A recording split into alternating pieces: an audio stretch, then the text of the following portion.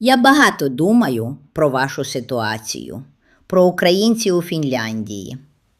Останнім часом я часто думаю про те, як ви живете тут.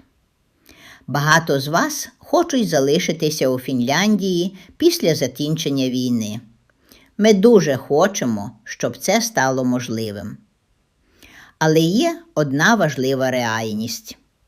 Без уміння говорити фінською мовою знайти роботу дуже складно.